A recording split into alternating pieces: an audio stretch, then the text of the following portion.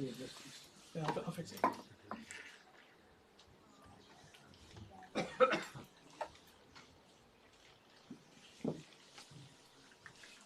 It looks nice for the camera, though.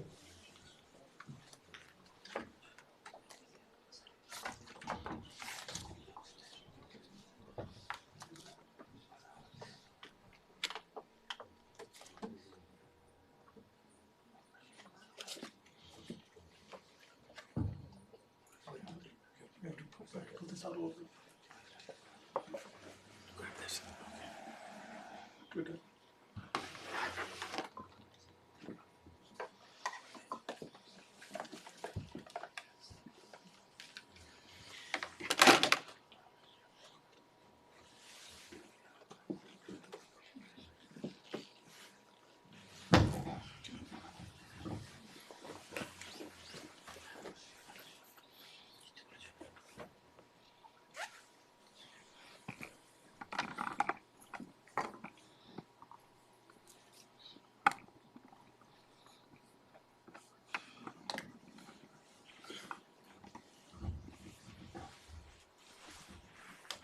Bismillah, alhamdulillah, wa salatu wa salam ala rasulillah. So, man, can we get you checking? Yeah.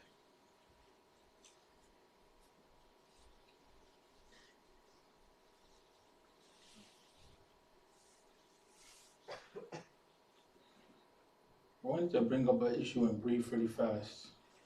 Sorry for the time issue. But let me ask you a question. With regard to the salah, and this is not to put anybody on, on the front line, so to speak, of attack. But with regard to the salah, what should we do if our cell phone rings in the salah? Turn it off. Huh?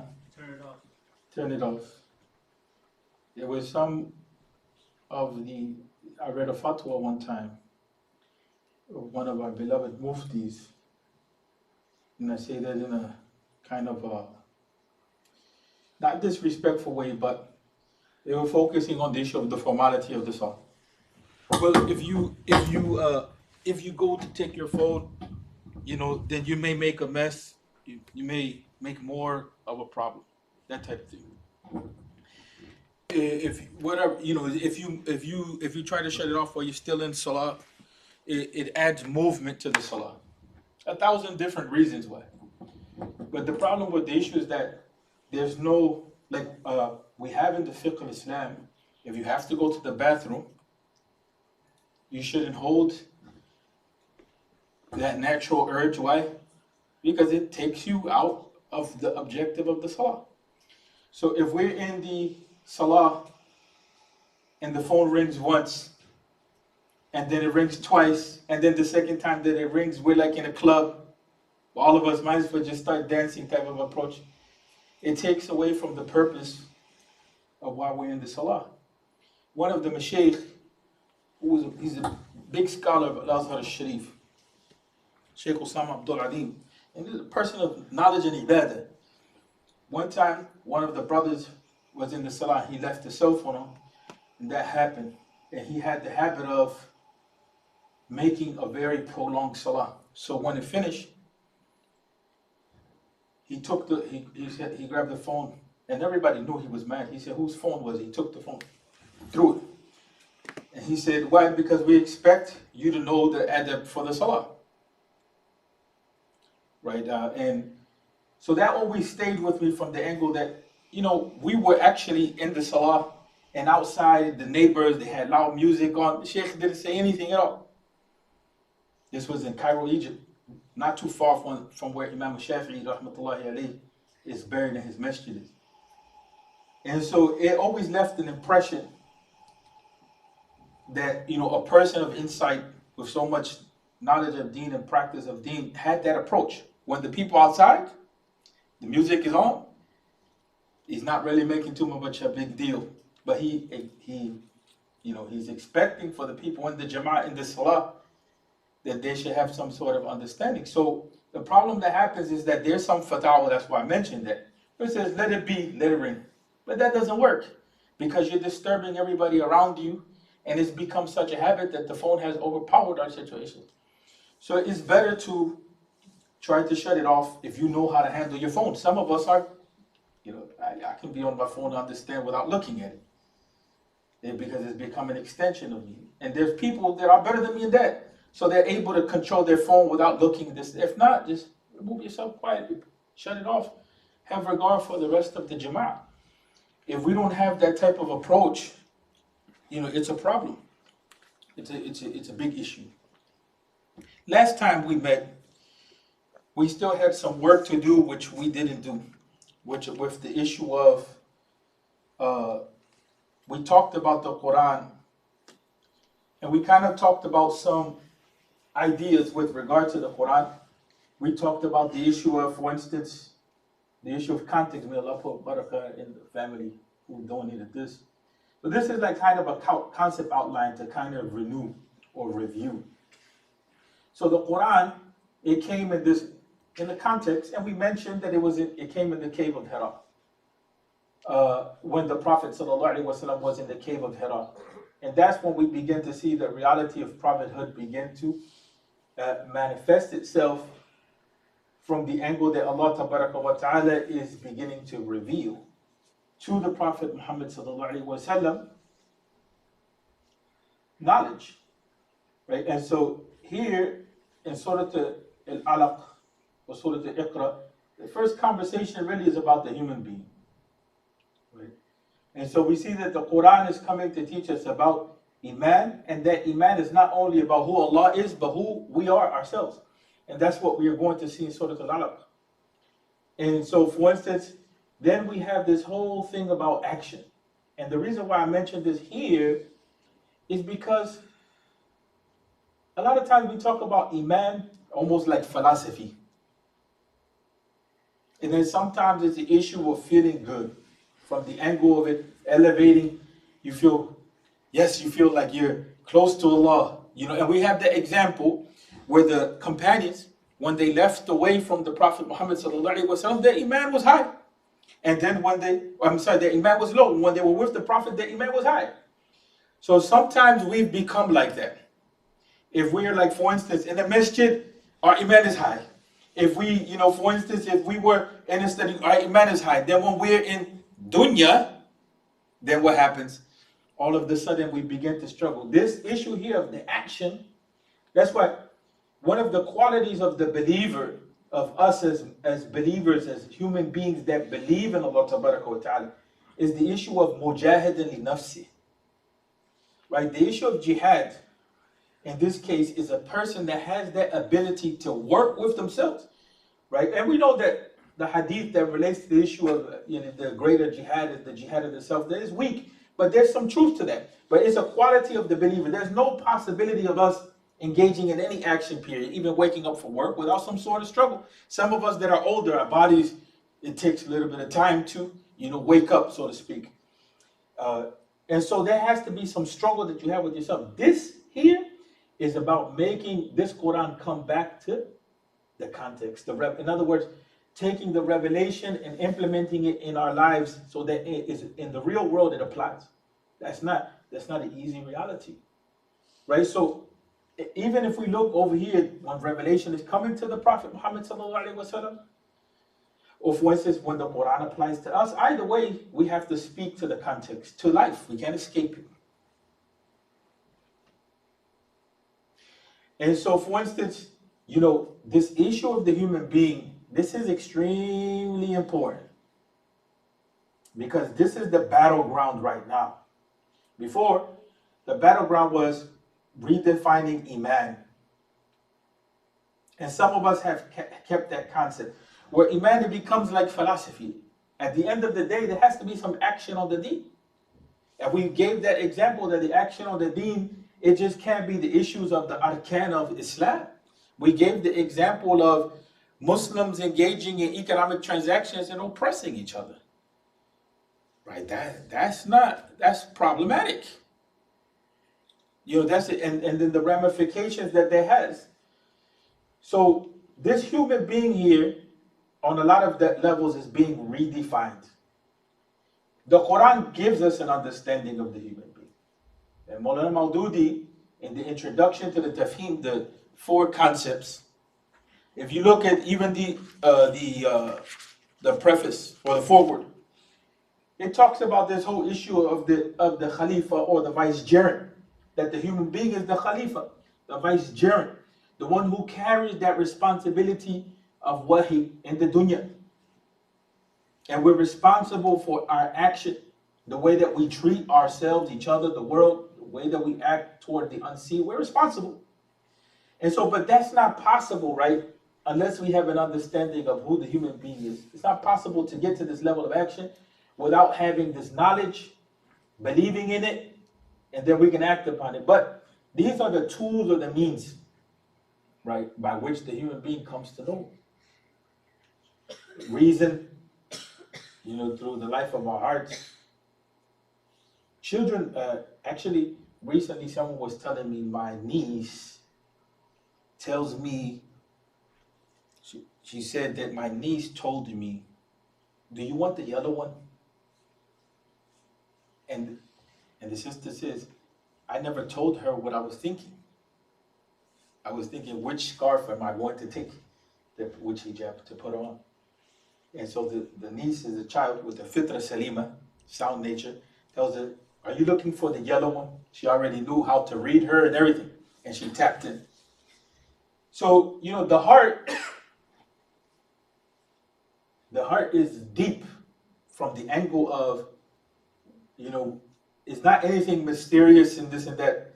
But when this is guided, properly by reason and revelation, a lot of things open up to us. Because in reality, for the Muslims, where's the seat of knowledge? Where's the seat of intelligence for the Muslims? Is it the brain or the heart? Both. The seat of, The seat is the heart. We use the reasoning, the brain, but ultimately our thinking is in the heart.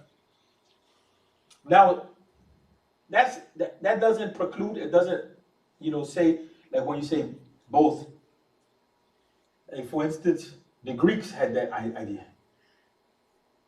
The Greeks had the idea that it was, the intellect had to do with the brain. But in the prophetic tradition, it's the heart. But that doesn't, we can know both. It's a cultural reality, insight to the human being, no issue. But the Quranic teaching is that it's the heart, right? Seat of intelligence is the heart. But the point of saying that is that here is where the battle takes place. There's no doubt about that.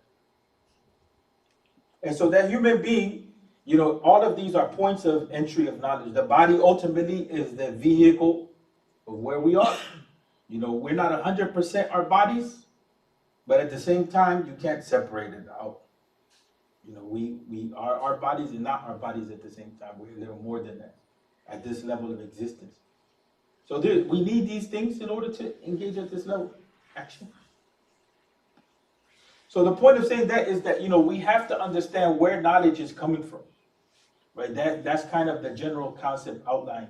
So we talked about, for instance, the role of the sunnah. We said that after the Prophet's death, sallallahu alaihi wasallam, he went from this world to the next world.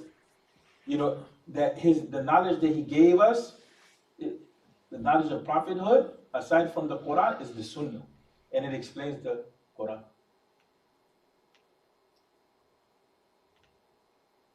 And so one of the things that remains is we asked a question and we didn't do like what they call tahqiq. We didn't verify. Remember we were talking about Abu Jahl? Okay, we came up with two positions on Abu Jahl. Who was he? What did we say? And what else? No, somebody that was sitting here, it was you, said that he was the cousin of the Prophet. Or was it you? I can't remember. One of, huh? Right. So, when we start talking about the use of reason,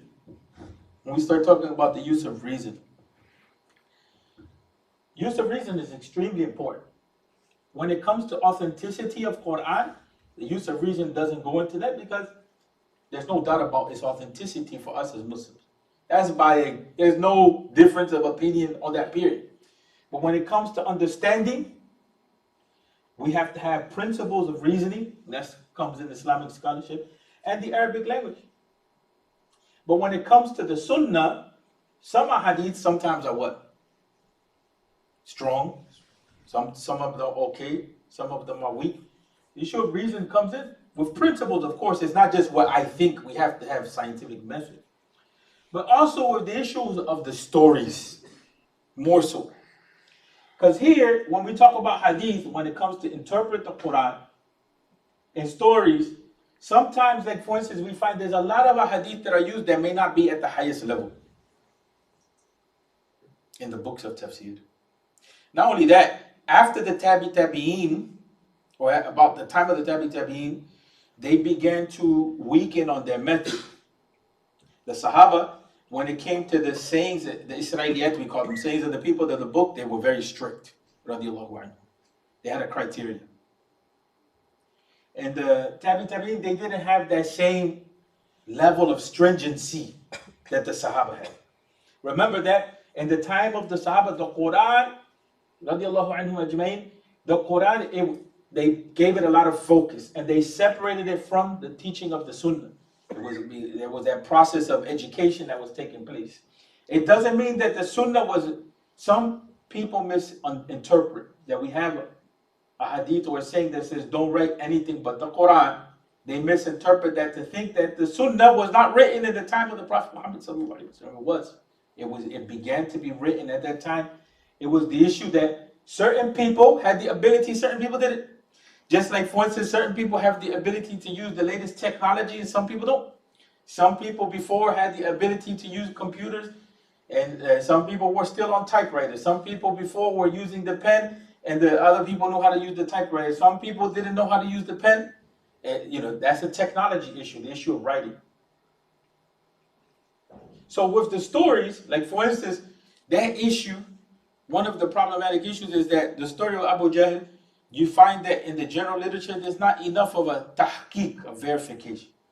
He was not the uncle of the Prophet Muhammad sallallahu alaihi wasallam. We forgot to do that piece. But it's good anyway because it teaches us that it's necessary, for instance, when we're building our understanding around the Quran, that we come back to this point of reason. And here we're talking about the issue of authenticating our sources and our understanding. But what's one of the names of Abu Jahl? Umar. Amr, yeah. But aside from that, what is the name that he was given? Hisham, I guess. Huh? Hisham. Amr bin Hisham, but there's a name that he's given. He's the Pharaoh of this ummah. Why was he called Abu Jahl? Because of his fight, arrogance. Well, Jahl is Jahili. He was known to be extremely intelligent in his time period. And he was one that you would have thought that he would have come into the reality of Islam.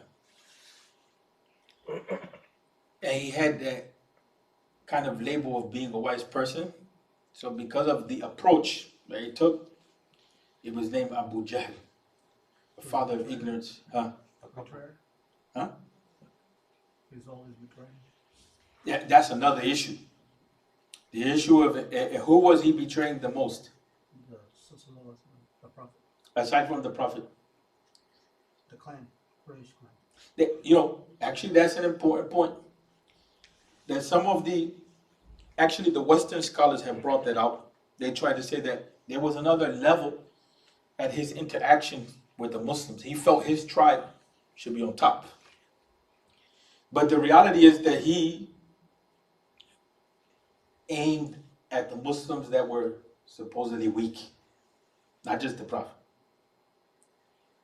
Who did he kill? Who did he murder? Sumayya radiallahu anha. to show you the level of jahiliyyah, the Prophet ﷺ is coming to uplift the weak, uplift the women, right? To bring back reason. These people were worshiping things to purify the heart, right? To bring just action. The Prophet was coming to transform the conditions of Jahiliyyah. He was coming to what? Reinforce the conditions of Jahiliyyah. That's extremely important. So for instance, when we talk about the Quran, and we talk about the Sunnah, and we talk about the early generation, these things interlock with each other. And we mentioned before that we're Sunnis predicated on the concept that the Sunnah is the teachings of the Prophet Muhammad ﷺ and is used as the primary source after the Arabic language or with the Arabic language to understand the Quran. But none of that is possible without that early generation. Right? None of that is possible without the early generation. Another thing is that when we talk about the Tafhim, one of the differences with studying the issue, studying tafsir from the Tafhim side, versus studying other tafsir, is that it's dealing with this concept. That there's a cycle. Remember we talked about the issue of that we look at the book of creation and the book of Revelation, and we said this comes from Allah and this comes from Allah. So there's knowledge to be gained from this side, knowledge to be gained from this side. When we talk about the issue of reason, then reason is applied to what? To study Revelation and study the creation. When it tries to just go on its own, it has limitations. Right? On a lot of levels. But when it applies itself to the Quran, and when it applies itself to the creation, what happens?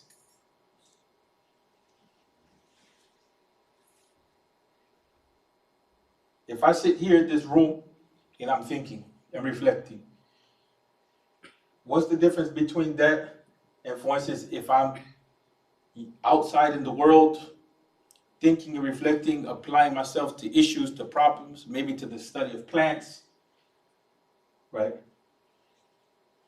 Maybe trying to understand why in this region the rainfall is higher. What happens? So one is reasoning, the other one is actual fact. But are we reasoning with the world?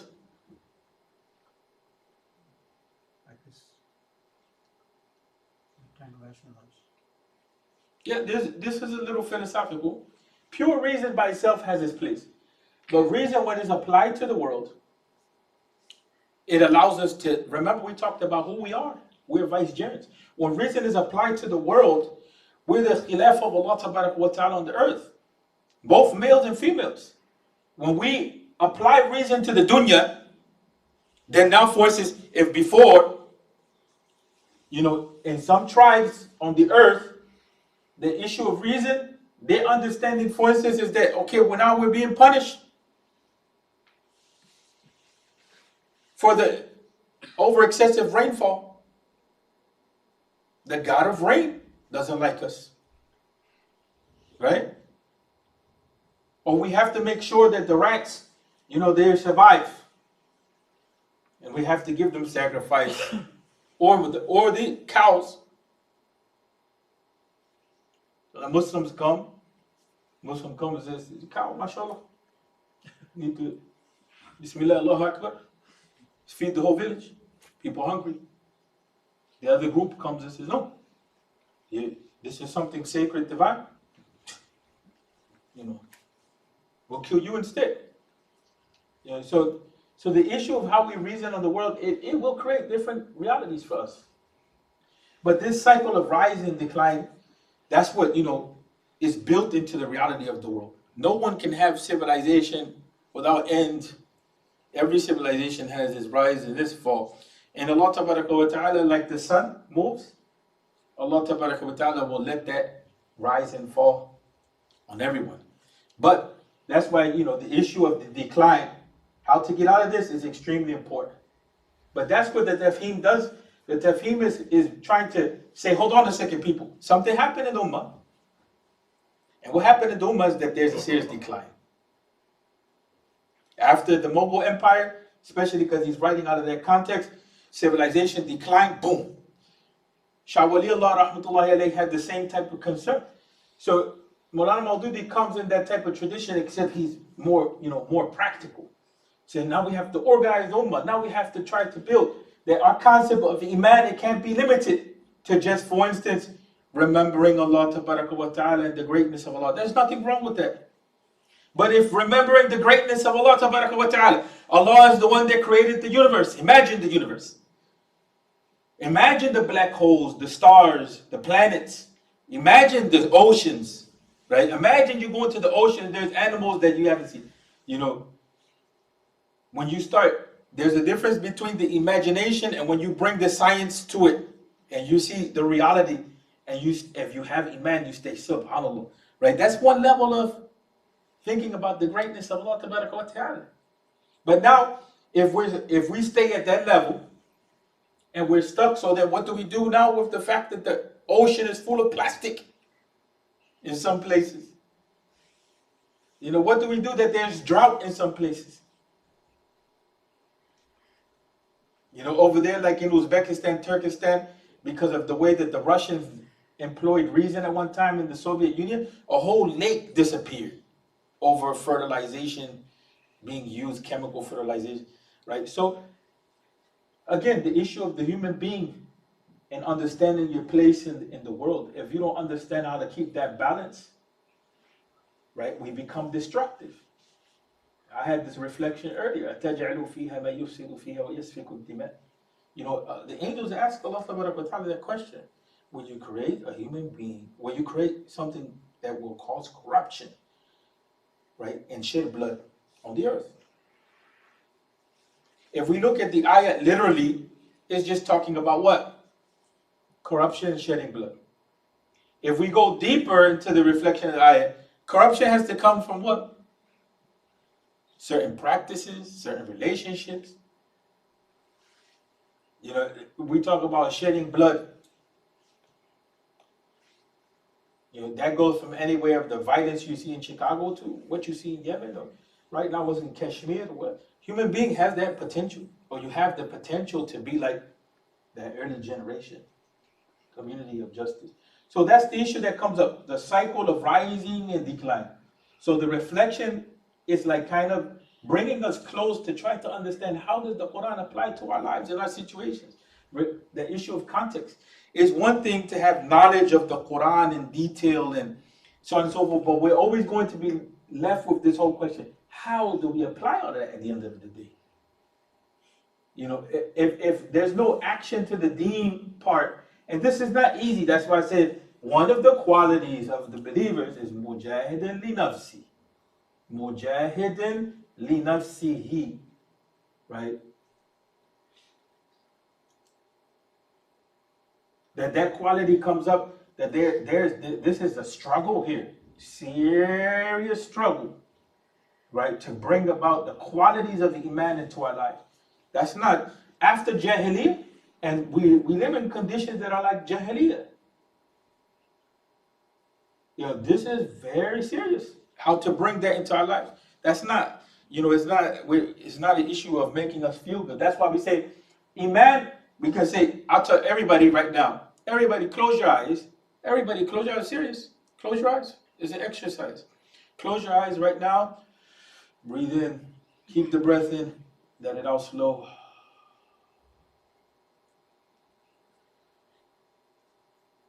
Say La ilaha illallah softly. You say it to yourself as you wish. Okay, stop. How does that make you feel? It calms you down and puts you in the presence of Allah Ta'ala. That's one level. Some of us will spend time on that. If here in this part, if there's no balance, we can talk about iman like that all we want. At the end of the day, when I can't pay the bills, my wife, she's going to be the one that's going to be the judge for me. Then I'm going to have problems with my iman. But being an imam, you've always been judged by your actions. So you're always under the microscope, right? All of us. I mean, but being an imam, I think you carry more responsibility on your shoulders because people are judging you because you were their leader. You don't think that when someone goes home and they didn't do well in the relationship with the wife, there's no judgment that comes? The family judges, the mother-in-law judges, No, I'm talking the about father-in-law judges, yeah, the sister-in-law judges. but I'm talking about like Yeah. just Yeah, there's no doubt about that. There's no doubt. You put yourself you're the spotlight. you're in the microscope. Yeah, you're under the microscope. So in any event, so the issue comes back is the importance of the balance, of understanding this issue of rising and decline. The problem is that in order to get to the level of that generation, right, that we want, it takes sacrifice. That's the problem here. We need action in order to build the community. How many of you think Kashmir is a problem? Raise your hands. Mostly everybody's saying that. Something simple, for instance, we had a rally yesterday. The number of people were like that. Okay, you don't agree with the rally part, but the point being is that, when we start talking about taking action to build the community, it's a problem. When you hear the Kashmiri people themselves, just as an example, they say, how many years will we go through this? This has been since the early 1900s. See, everyone, when it comes to changing the condition of our community, is difficult. This is difficult. It's going to take a real sacrifice. That's why, for instance, with the Sahaba, the issue of being away from your wife for 4 months at a time, or longer than 4 months, becomes an issue. Because building the Ummah takes that level of sacrifice. It really does. If we don't understand that, when it talks about dealing with the context, we'll never go anywhere. This is not an issue that, mashallah, that we're going to change the condition of ourselves in Ummah. Mashallah, it just becomes by picking the best suburb in Illinois. We have the nicest cars, mashallah, nicest house. See what I'm saying? It's not the issue that there's anything wrong with that. Alhamdulillah ala ni'mati. But the issue is that actually bringing about that change is not going to happen. Abu Lahab represented resistance towards changing the context. If we just become conformists to the reality of our situation, we'll never get to the point of being a generation that's transformative. Never. Right? That's the issue of the cycle of rising and decline. So we reviewed in brief the issue of the cave of Hira. That was the experiences. That's the full component, right? The change between one type of lifestyle and the other. We look at the Prophet Muhammad sallallahu alaihi wasallam. When it comes to the community that he lived in, the people knew who he was. You talked about being in the spotlight. So the people, they knew who he was before Nubuwwah. But what was his concern?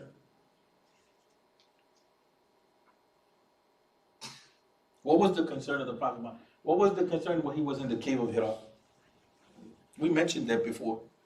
The Jahiliyyah days. Yeah, it was the relationship with Allah Ta'ala and the condition of the people. The issue of Tawheed and the issue of Akhlaq or Iman overall. So the objective of the spiritual encounter, like right now we took some time. We come back into the dhikr of Allah Ta'ala. And that experience, the objective of growth, even material growth, is for what? The Sahaba, once they went to Medina, what did they do? They built that community. Right? So their encounter with Allah Ta'ala, their experience of that, the reality of Allah giving them a message to transform their life, it was about building the community. That's what their concept of growth is. It's not just what's in the bank account or the GDP. You can grow the GDP, you can grow the bank account. And then at the end of the day, if there's nothing there to guide the wealth, when you pass away, your children will fight over the inheritance. We've seen this. And there won't be any Quran to govern that inheritance because they weren't taught that from the beginning. Or husband and wife begin to fight each other. You know what I'm saying? what we see right now, everybody, capitalism with the growth, unlimited growth concept that they have. We go invade the country for water and take the land or whatever. So we talked about the issue of the book of Revelation and creation. And so, in the little bit of time that we have left, we want to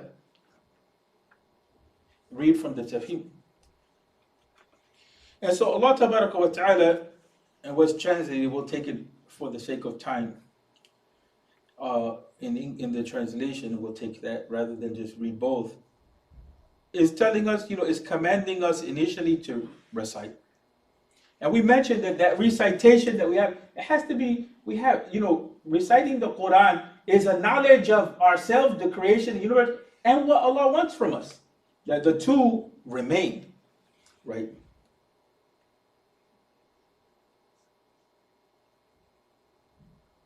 Maulana Maududi, he mentions it in the introduction, to this surah. The Prophet ﷺ responded to Jibreel. We know that story. When Jibreel gave him the command of Allah Ta'ala to Iqra, the Prophet ﷺ, he told him that he can't read. What's the indication of that? Like, what do we get out of that? How do we understand that situation?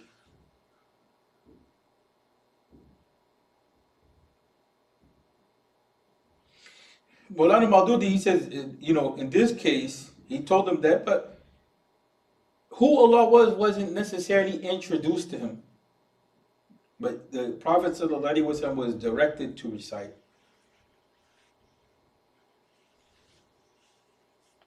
And we mentioned the word Rabb. We need to get that correct. And this is one of the things about the four concepts, that it teaches us to pay attention to words, how they're used, and especially how words are used in the Quran in different places. The word Rabb, if we don't have, what's the meaning of the word Rabb? What's the meaning? Lord. What's the meaning?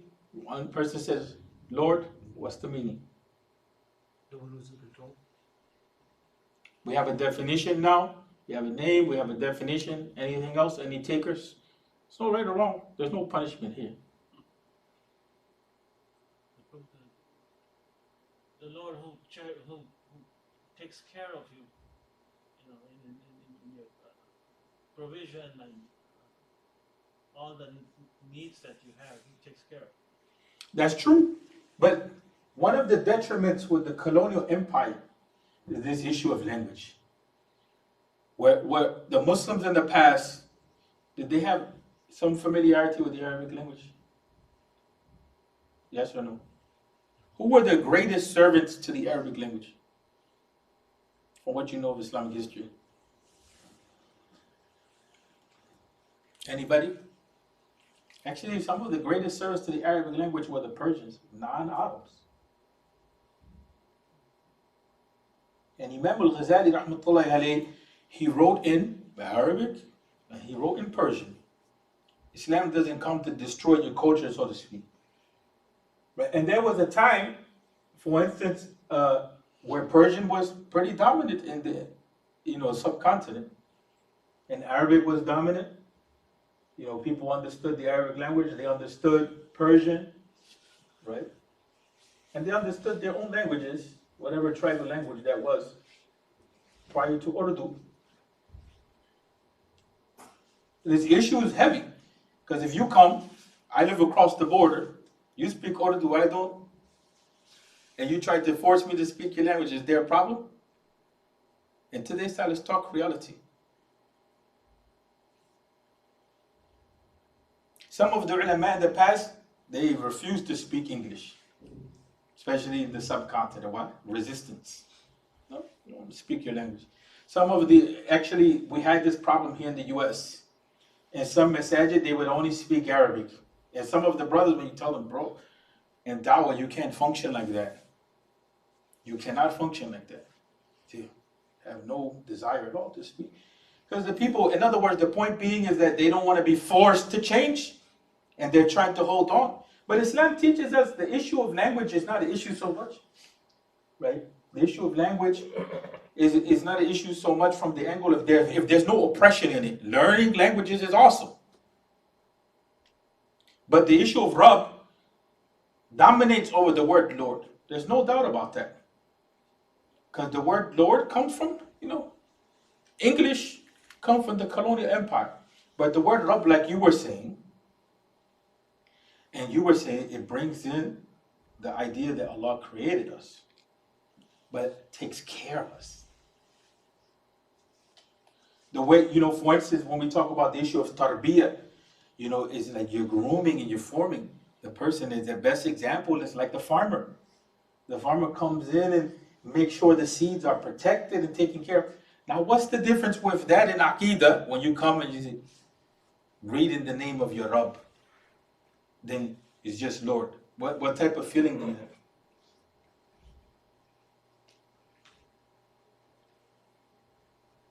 Anybody? What type of feeling do you have?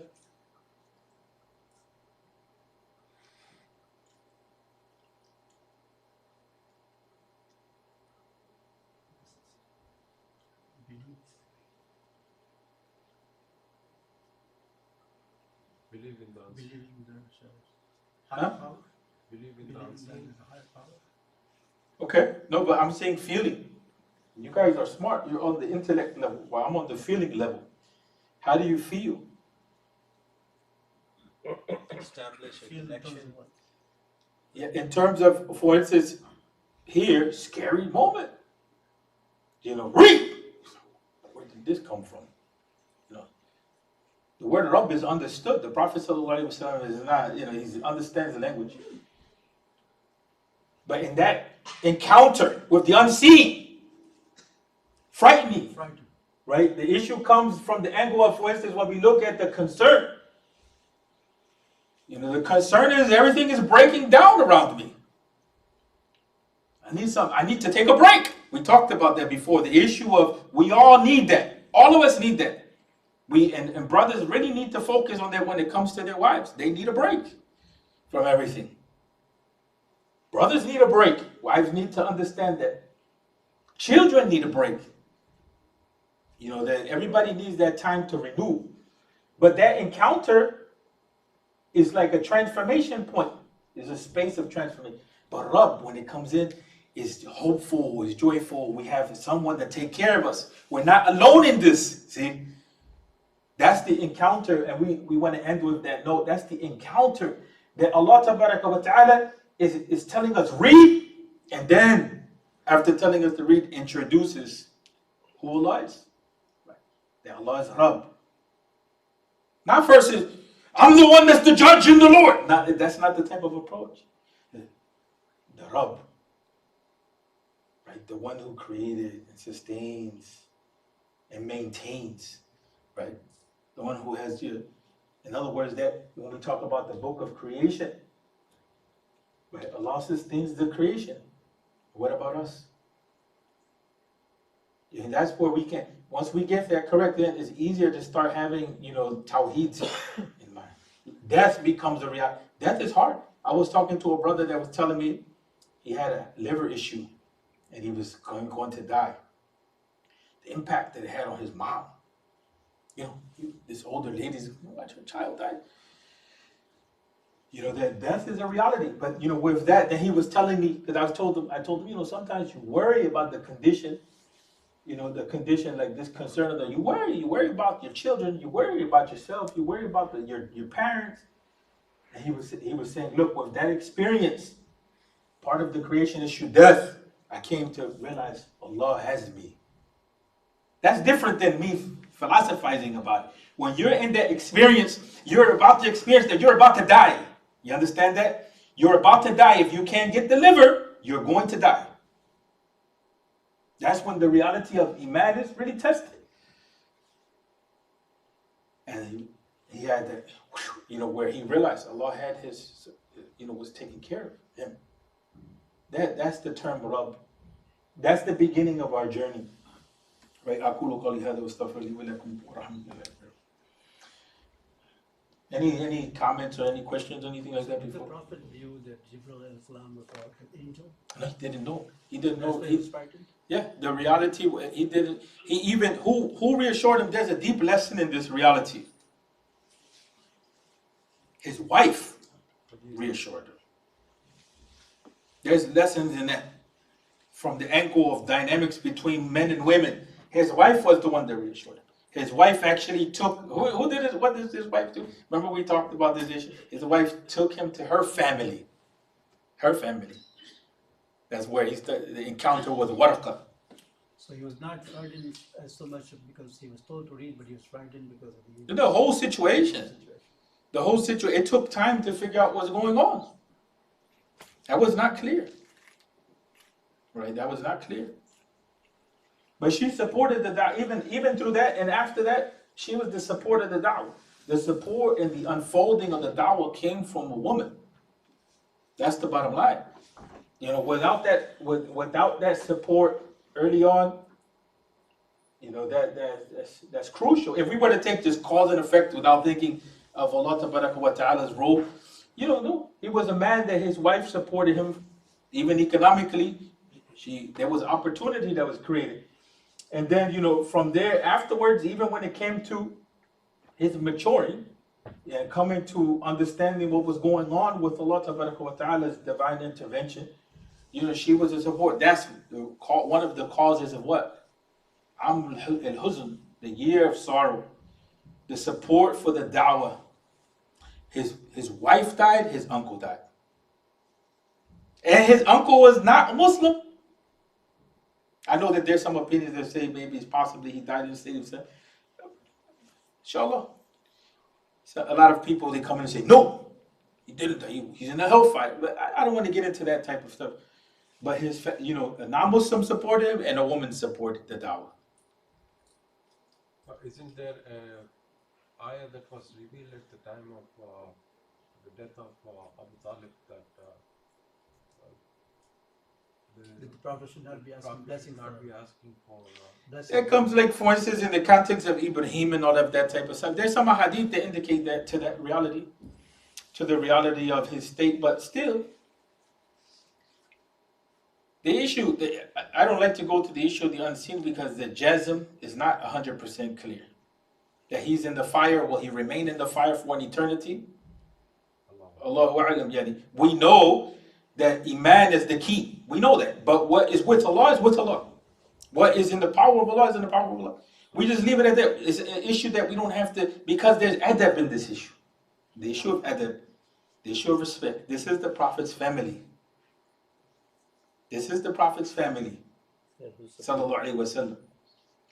So to get into the issue, his family, especially when they're supporting him, supporting the deen, well, in the hellfire. Some of the ulama, they do that. In the hell, and they put, what? It's not my problem. Why do I have to like make it like part of Aqidah? Right? His uncle is in the hellfire. Why? Why do I have to take that approach? We know what the Nusus say. We leave it at that. We wish for the best. See, that is not real for a lot of people because they don't have non-Muslim relatives. And so some people want to make that like the line. They say, well, you know, it's not an issue of feeling. Well, if your mom was the one that raised you and supported you, let me have my space. Let me have my space. Let me go through the process of, okay, if she's in the hellfire, that's between her and Allah. But why do you put that burden and that sorrow on me? You know, why don't you ease me as a believer, right, from that angle? I've known situations like that. And so some people, they have the habit. Because we have the reality of tabligh ad-da'wah. Bulugh ad-da'wah. The Muslims have not fulfilled their responsibility in clarifying the da'wah. And so the Muslim scholars right now have a debate. Well, everybody, because of the internet, you know, and because of satellite, that the da'wah went to everybody is their responsibility. No, it's not their responsibility. It's the responsibility of the Muslim community to engage in da'wah. So if there's tashwish, or if there's an issue of misrepresentation or misunderstanding or distortion in the da'wah, we're supposed to address it. So the sifa of the Prophet Muhammad sallallahu alaihi wasallam is rahmatan lil alameen. That the love of Allah overflows in that reality. The rahmah of Allah is in the Prophet sallallahu alaihi wasallam. for all of humanity. So if that's the approach that we have to da'wah, well, you should have understood Islam, that you're in the hellfire. Okay. That's not, that's Nuh alayhi salatu wasalam was the da'wah. How long did he spend with his people? So the prophets, the type of sabr that they have with humanity is not the type of sabr that we have. The prophets, alayhi wasalam, they're always aiming for bringing the people into the love of Allah tabaraka wa ta'ala. Right? And so there's issues. Huh? He was asking for forgiveness and Mhm. guidance, for example. Right. But that was not granted by It wasn't. Allah, right? That's what he's saying. Yeah, no, we know that. We know that. We're saying there's boundaries with the text. We understand that there's boundaries with the text. The same thing with the father of Ibrahim alayhi salatu wasalam. Ibrahim lost everything, more than just his father. He lost his culture, he lost everything for the deen. But we believe that Prophet Muhammad has the shafaat, so maybe he can. Exactly. We believe in the shafaat, we believe in Ahl al-Fitra, we believe in the possibility that Allah tabaraka wa ta'ala can change the condition. We know what the text say. We know what it says. We know that the people that don't believe in Allah go into the hellfire. We know that.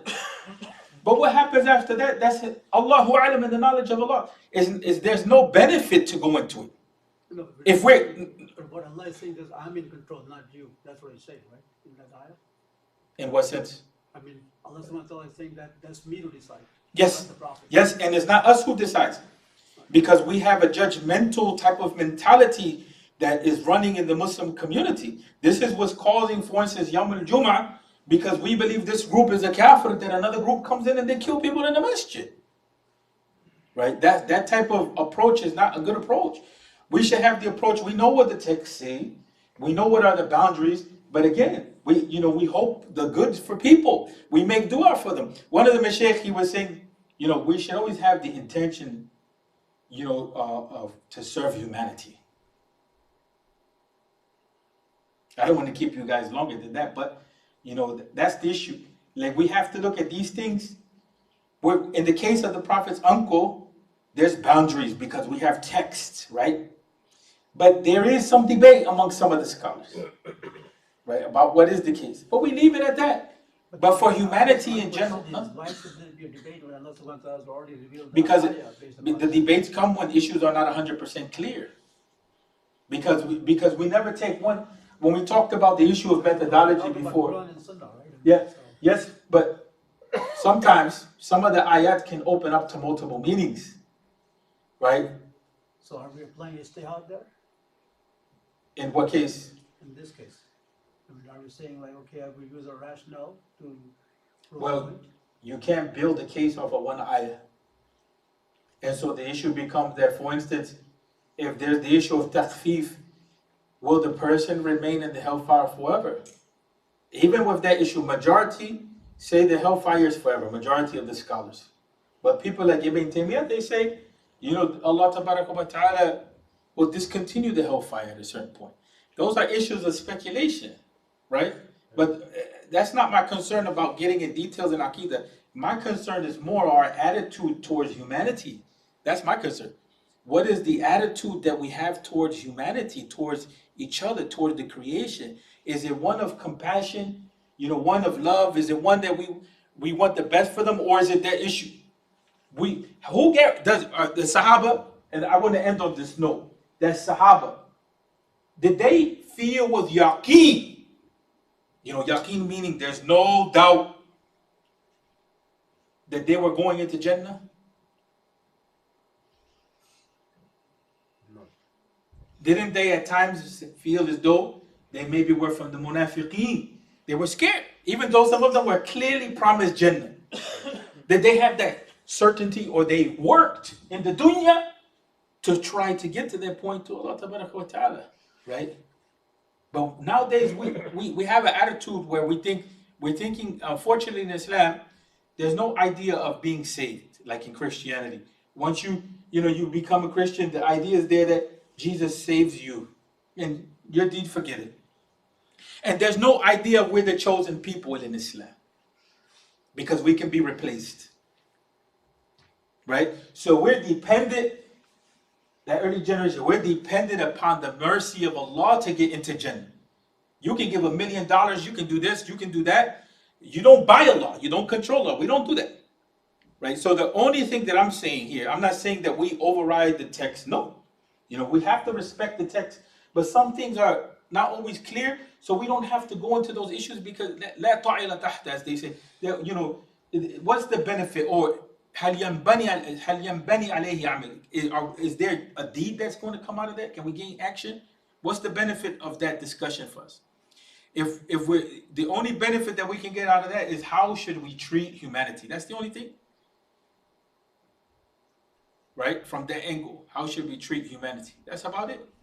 But and that should make us want to work harder in the da'wah, because people, they don't understand Islam. If we are believing clearly, well, Allah will put the people in the hellfire, then what are we doing to take the people out of the hellfire? If we say that the key to not going into the hellfire, to going into Jannah, is the Shahada, what are we doing? That's a prerequisite, right? Huh? Yes. That's a prerequisite to go to Jannah. No doubt. There's no doubt about that. But what about if people don't hear the da'wah?